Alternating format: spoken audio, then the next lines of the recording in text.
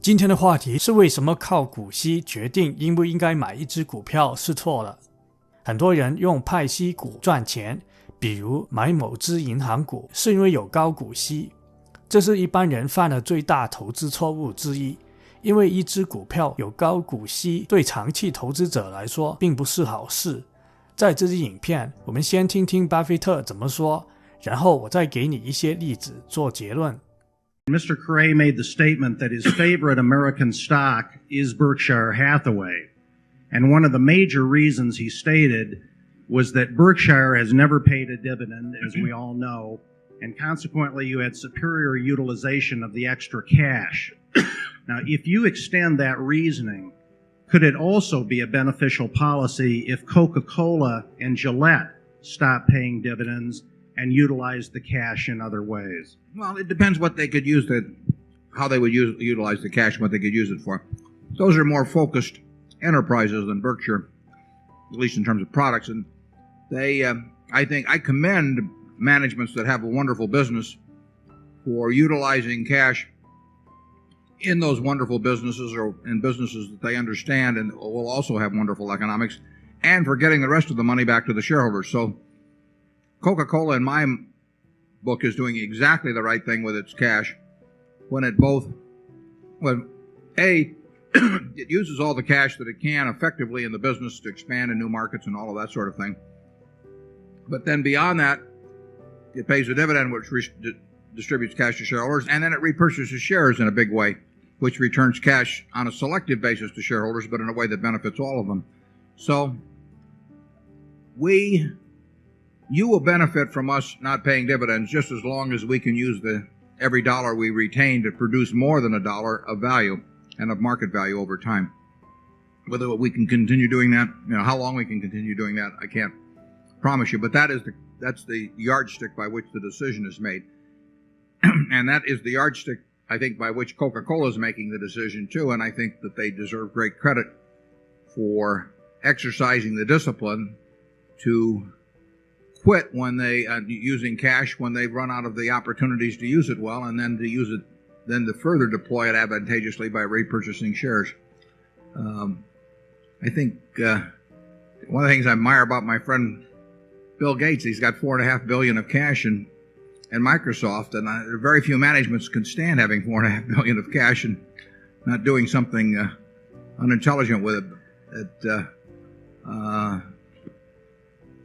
So far, it's made sense for us to retain everything we earn, and I think it'll make sense for a while longer, but it may not make sense indefinitely. In terms of not paying dividends, we don't pay dividends because we think we can turn every dollar we retain into more than a dollar of market value. I mean, the only reason for us to keep your money is if it becomes worth more by us keeping it than it would be worth if we gave it to you. And if we can create more than a dollar of market value for every dollar we keep, you're better off whether you want to take that dollar out by selling a little piece of your stock or whether you continue to leave it in.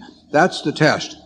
If we come to the conclusion that we can't do that, and we could come to the conclusion sometime, then we should distribute it to you. The interesting thing is, we're in certain businesses, for example, See's Candy being one. We don't have a way to intelligently use all of the money that See's generates within the See's Candy Company. So if See's were a standalone company, it would pay very large dividends. Not because it just had some dividend paying policy. It would be simply because we wouldn't have a way of using, in this case, $30 million a year intelligently in expanding that business. The Buffalo News is the same way. We don't have a way of using money within that specific business intelligently to use the money that it generates.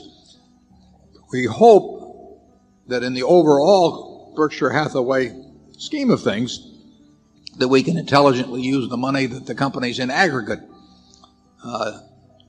generate for us. And we think so far we have, and we think the prospects are reasonably good that we can continue to do that. But dividend policy should really be determined by that criteria, also bearing in mind the possibilities of repurchase of stock too, but they should be determined by whether a dollar left in the business is worth more than to the shareholder than a dollar paid out.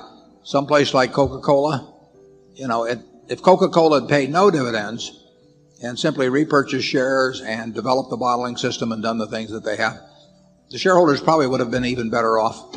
They've been sensationally well off as it is, but they probably would have been even better off than they have been with the dividend policy they have had. And that's Gillette and Disney and companies of that sort that have got these terrific opportunities to use capital within the business or to repurchase shares of a company that simply can't be replaced. If that usually is the best use of capital. 现在听完了，你必须理解为什么一家公司会开始派股息。让我们用巴菲特最近加码大量的克罗格公司股票为例，弄清楚为什么一家公司会派股息，还有为什么派股息的决定可能对长期投资者不利。对于那些不知道克罗格的人，这是美国收入最大的超市和第二大零售商。克罗格在2020年有超过20亿美元的利润，那么大笔钱怎么用呢？克罗格做的第一件事就是将这些利润中的一些重新投资到公司，有可能是修复老化的店，或者开新店来扩大业务。这两项都是资本支出，只是投资在业务运营的一个花哨会计术语。在重新投资业务之后，公司可以用剩余的钱做其他事情，比如派股息，是股东从持有的股票得到现金。克罗格在2020年派了超过5亿股息。另一件事是回购股票。当一家公司回购股份时，会减少已发行股份的数量，使每一股拥有公司更大的所有权。克罗格在2020年回购了超过10亿的股票。现在我们有了一些关于公司为什么选择派股息的概念。这支影片就带出了一个重要的问题：为什么股息对投资者来说可能是坏事呢？这里有2个主要原因。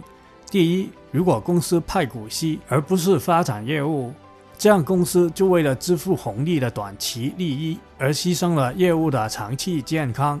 这也是巴菲特表达的主要观点。在我们克罗格的例子，如果克罗格是一家规模比较小和发展快的公司，派那么多股息就不好了，因为代表没有更好的用于发展业务，或者扩展到新的城市，使公司长期盈利。巴菲特持有的另一支股票亚马逊就不一样了。现在亚马逊正快速增长，每一块赚回来的钱都用于继续扩张，无论是建造新的仓库，还是请更多的人，或者发展其他网络业务，亚马逊有很多吸引的投资机会。只有当公司的现金超过了可以用于创造更多的回报时，亚马逊才应该开始派股息。第二是大多数公司不可以长时间维持超高的股息。不懂的人就单纯看股息决定一切，以为买高息股就一定好。这就是 AT&T 5月时发生的事情。有人买的原因是因为股息几乎是标普500所有公司平均的几倍。当 AT&T 将股息减半，股价就暴跌了。结果在股价赔的钱远远超过了几年在股息上赚到的钱。你有没有或者身边的人试过这样的情况？对类似的事件有什么看法？可以在下面留言一起讨论。